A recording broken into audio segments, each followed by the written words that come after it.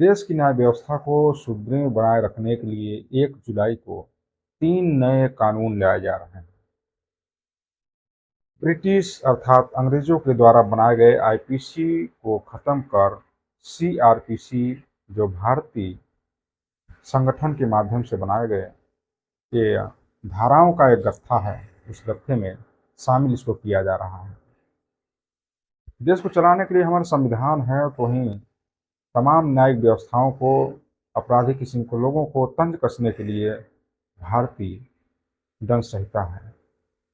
आज हम जानेंगे आईपीसी में क्या परिवर्तन किया जा रहा है, जो ब्रिटिश सरकार के द्वारा भारतीय न्याय व्यवस्था को बनाए रखने के लिए बनाया गया था, उसमें परिवर्तन कर सीआरपीसी में रखा जा रहा है।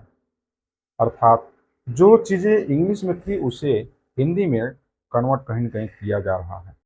अब इससे इसमें 2 प्रकार के प्रभाव पड़ेंगे। जो देश के लोग हैं उन्हें तो यह प्रक्रिया बहुत अच्छी तरह से समझ में आएगी, लेकिन जो विदेश में रह रहे हैं लोग हैं, जो अंग्रेजी बोल रहे लोग हैं, कहीं न कहीं उनके लिए इसमें दिक्कत हो सकता है। जो पहले से कानून को पढ़ रहे थे, जिस घटनाओं को, जिस धाराओं को याद किए हुए थे, कहीं न कहीं इस नए शोध में उनके लिए भी दिक्कत हो सकती है। जिस तरह से पुलिस प्रशासन तमाम अपनी प्रक्रियाओं को पहले की जो धाराएँ थी, पहले के जो कानून न्याय व्यवस्था थे, उस व्यवस्था में काफ़ी दिनों से कहीं न कहीं अपना एक अनुभव बनाए हुए थे। अब इस नए कानून के तहत उनके लिए भी थोड़ा-सा टफ होगा। जिस तरह से वकील एक जो है काफ़ी कह सकते हैं संघर्षमयी जो है इनका जीवन होता है। जब तक जीते हैं तब तक लगातार जो है रिसर्च करते रहते हैं, तमाम प्रक्रियाओं से गुजरते रहते हैं। कहीं न कहीं उनके लिए भी यह एक काफ़ी, एक तरफ से देखा जाए तो अ, उनके लिए भी कहीं न कहीं दिक्कत ही हो सकता है। आइए इन 3 नए कानून के तहत क्या परिवर्तन किए गए हैं उसको हम जानने की कोशिश करते हैं। आपको बता दें, भारतीय न्याय संहिता और भारतीय नागरिक सुरक्षा संहिता, भारतीय साक्ष्य अधिनियम, इन 3 प्रावधानों में, इन 3 जो है चीज़ों में परिवर्तन किया गया है। किसमें आपको फिर एक बार बता देते हैं। भारतीय न्याय संहिता, भारतीय नागरिक सुरक्षा और भारतीय साक्ष्य अधिनियम। न्यायिक संहिता मतलब कि जो भी पीड़ित है उसे जल्द से जल्द न्याय मिलेगी। नागरिक सुरक्षा मतलब कि जो देश के नागरिक हैं उन्हें हमेशा सुरक्षा प्रदान किया जाएगा। तीसरा नंबर साक्ष्य। किसी भी तह तक पहुंचने के लिए साक्ष्य की सबसे पहले ज़रूरत पड़ती है। किसी भी प्रकार के अपराध हुए या किसी भी पीड़ित परिवार या किसी पीड़ित समाज के लिए सबसे पहले साक्ष्य को दिखाना ज़रूरी होता है, क्योंकि साक्ष्य ही है जिसको कानून मानता है और उसी के बेस पर सजाओं का और धाराओं का प्रावधान होता है। आइए जानते हैं इस नए 3 कानून में क्या मुख्य रूप से परिवर्तन हो रहे हैं, जिससे 1 जुलाई को देश के भिन्न-भिन्न हिस्सों में लागू कर दिया जाएगा। हालांकि इससे कई सारे राज्य नाराज भी हैं। आपको बता दें, इस कानून को लागू करने के बाद से 1 जुलाई को ही देश के तमाम लगभग 17,500 थानों पर इसकी बाकायदा वहाँ पर स्थानीय लोगों को, महिला, बुजुर्ग, पुरुष, स्त्री समाज, जो भी स्टूडेंट और जो भी युवा हैं, उन तमाम लोगों को इस नए कानून के बारे में बताना अनिवार्य भी रखा गया है। स्कूल हो गए, थाने हो गए और तमाम प्रकार के छोटे-बड़ी जो सोसाइटीज़ हैं, उन तमाम जगहों पर इस कानून को बताया जाएगा, जो इसके कहीं न कहीं अनुभवी लोग होंगे।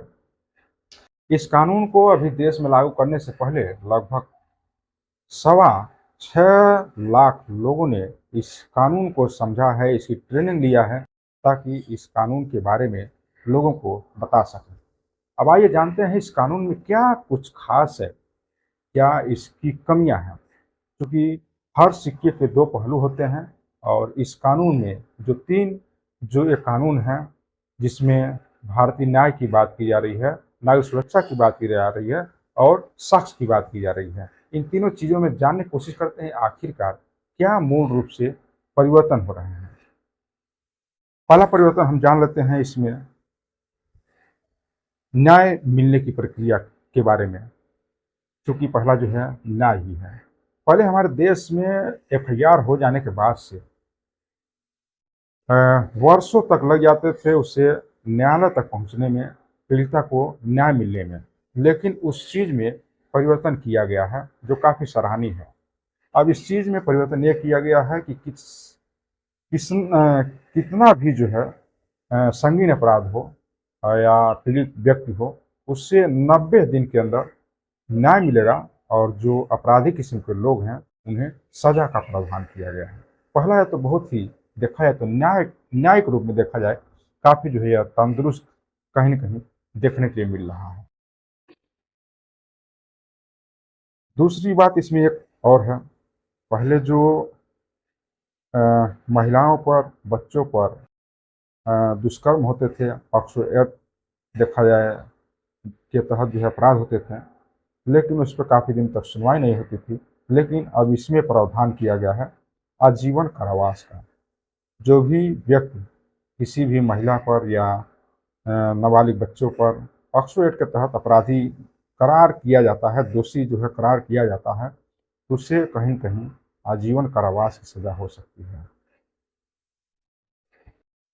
देखिए, दूसरा नंबर परिवर्तन की बात करते हैं। यदि किसी के घर कुर्की होती है या उसकी संपत्ति को जब्त किया जाता है, इसको बाकायदा वीडियोग्राफी किया जाएगा। इसमें जो है डिजिटल जो प्रावधान दिए गए हैं, डिजिटल के माध्यम से जो इसमें जन सुनवाई की गई हैं, तमाम जो है प्रक्रियाओं से जो गुजरा जा रहा है, काफ़ी सराहनीय है। क्योंकि इसमें डिजिटल चीज़ों को काफ़ी जो है अधिक जो है देखा जाए बल दिया गया है। तो इसमें जो है यदि किसी की कुर्की होती है या उनकी संपत्ति को जब्त किया जाता है तो उसकी बाकायदा वीडियोग्राफी की जाएगी। उसके बाद उसे न्यायालय के सामने पेश किया जाएगा। यदि वह किसी भी प्रकार से जो है दोषी नहीं करार होते हैं तो उनकी जो चीज़ें हैं उन्हें लौटा दी जाएंगी। ये जो है इसमें कहीं न कहीं ठीक-ठाक व्यवस्था किया गया है। तीसरा नंबर देखा जाए इसमें, देखिए 3 जो है इसमें न्याय, नागरिक सुरक्षा और जो है तीसरा जो है आपका साक्ष्य। ये 3 जो है पहलू हैं, इन तीनों पहलुओं में 10 पॉइंट को जो है रखा गया है। अभी जो हम तीसरा पॉइंट जान लेते हैं, बहुत सारे लोग जो है विदेशों में रहते हैं। विदेशों में रह कर के भिन्न-भिन्न जगहों पर अपराध कर देते हैं, लोगों से करवा देते हैं। ऐसे लोग यदि इस किसी भी अपराध में संलिप्त पाए जाते हैं तो उन्हें कम से कम 3 से 10 साल की सज़ा हो सकती है, साथ ही साथ उन्हें जुर्माना भी देना पड़ सकता है। ये जो है तीसरा पॉइंट है। और चौथा पॉइंट हम जान लेते हैं क्या है। अक्सर जो है पहले देखा जाए तो लोग चौराहों पर या कहीं जातियों पर किसी धर्म मज़हब को लेकर के किसी अज्ञात या एक एक व्यक्ति को जो है कई सारे लोग मिलकर के मार दिया करते थे, जिसमें उनके ऊपर कोई जो है कार्रवाई नहीं हो पाती थी। लेकिन अब इसमें परिवर्तन किया गया है। परिवर्तन ये किया गया है कि यदि आप किसी एक मूल जात धर्म के व्यक्ति को ये 5 से अधिक लोग यदि मारते हैं तो उनके ऊपर राजद्रोह का मामला ठोका जाएगा। साथ ही साथ जितने लोग उसमें संलिप्त रहेंगे उनके ऊपर कहीं न कहीं कानूनी प्रक्रियाओं से आजीवन तक जो है कारावास का इसमें प्रावधान किया गया है। इस बार के जो कानून न्याय व्यवस्था है काफ़ी इस बार मजबूत किया गया है, जिसकी वजह से हो सकता है इसका दुरुपयोग भी किया जाए। पाँचवां जान लेते हैं इसमें क्या जो है प्रावधान किया गया है। अब कोई भी छोटा से छोटा यदि अपराध आप कर देते हैं तो आपको 3 साल तक सज़ा हो सकती है, छोटे से छोटे अपराध तक। इससे कम की कोई सज़ा प्रावधान नहीं किया गया है। कहीं न कहीं इसका मिसयूज़ एक तरफ से हो रहा है, क्योंकि मान लीजिए बहुत छोटे-मोटे जो क्राइम हैं, अपराध हैं, उसके तहत यदि 3 साल की सज़ा है तो कहीं न कहीं यह अधिक ही है। इसमें जो है कुछ कम ही होना चाहिए, क्योंकि यह एक इसका जो है मिसयूज़ हो सकता है। छठवां जान लेते हैं क्या है। राजद्रोह के स्थान पर भारत की एकता, अखंडता, संप्रभुता को यदि किसी से खतरा है तो उससे भी अपराधी करार किया जाएगा और उसके साथ भी कहीं न कहीं आजीवन का जो प्रावधान है उसे अपनाया जाएगा। आजीवन का जो सज़ा है उसे उसको मिलने की चांस है। तो जो कानून है उसको जान लेते हैं। एक या एक से अधिक बार चोरी करने पर यदि आप पकड़े जाते हैं तो आपको कारावास हो सकता है। इसका भी कहीं न कहीं यहाँ पर मिसयूज हो सकता है। कोई किसी को फंसा सकता है और उसे आजीवन कारावास जो है दिलवा सकता है। इसका यहाँ पर कहीं न कहीं मिसयूज हो रहा है। और अथवा जान लेते हैं, यदि पहले की बात किया जाए, कोई बीमार है, किसी प्रकार से पीड़ित है, उम्र-दराज है, किसी प्रकार के छोटे-मोटे अपराध किया, उसे तुरंत जो है पुलिस प्रशासन पकड़ती थी और जेल अर्थात सलाखों के पीछे कर देती थी। लेकिन उसमें भी परिवर्तन किया गया है। अब इस तरह से जो अपराधी हैं छोटे-मोटे, उनके लिए इसमें एक नए जो है व्यवस्था जोड़ी गई है। वरिष्ठ अधीक्षक से पहले अनुमति लेनी होगी, अनुमति लेने के बाद ही उनको गिरफ्तार किया जाएगा। नवा कानून इसमें क्या परिवर्तन किया गया है? बहुत सारी जगहों पर सार्वजनिक रूप से किसी व्यक्ति को यदि छोटे-मोटे अपराध पर पकड़ा जाता है तो उसे 6 घंटों के अंदर पुलिस प्रशासन के हवाले करना होगा। अन्यथा आपके ऊपर कानूनी प्रक्रियाओं के माध्यम से लगभग 3 साल से 10 साल तक के बीच में सजाएँ हो सकती हैं। 10वां है जो महिला सुरक्षा, आपको पहले ही बताया था मैंने। को देखते हुए इस कानून को रखा गया है। महिलाओं को और बच्चों को और बच्चियों को देखते हुए इस कानून को कहीं न कहीं मजबूती दिया गया है। यदि किसी भी महिला का दुष्कर्म किया जाता है या उसे एसिड अटैक से मारा जाता है, तो ऐसे व्यवस्था में पहले जो है कानून प्रक्रियाओं में देखा जाए, प्रशासन हुआ करता था जिसमें महिला के साथ दुष्कर्म हुआ, लेकिन उसमें पुरुष जो प्रशासन हुआ करते थे, कहीं न कहीं लीपापोती कर देते थे, तमाम प्रक्रियाओं को गहनता से और गहराई से जाँच नहीं करते थे, जिसकी वजह से बहुत सारे देश की महिला, नाबालिग बच्चे, तमाम प्रकार के जो उनके साथ हुए अपराध हैं, उन तमाम अपराधियों को कहीं न कहीं अच्छी तरह से जाँच न मिलने की वजह से छोड़ दिया जाता था। लेकिन इस प्रक्रिया को बल देते हुए इसमें महिलाओं के ऊपर हो रहे अत्याचार को रोकने के लिए महिला मजिस्ट्रेट सर्वप्रथम जो भी महिलाओं के ऊपर अत्याचार है, उनकी जाँच पड़ताल करेगी।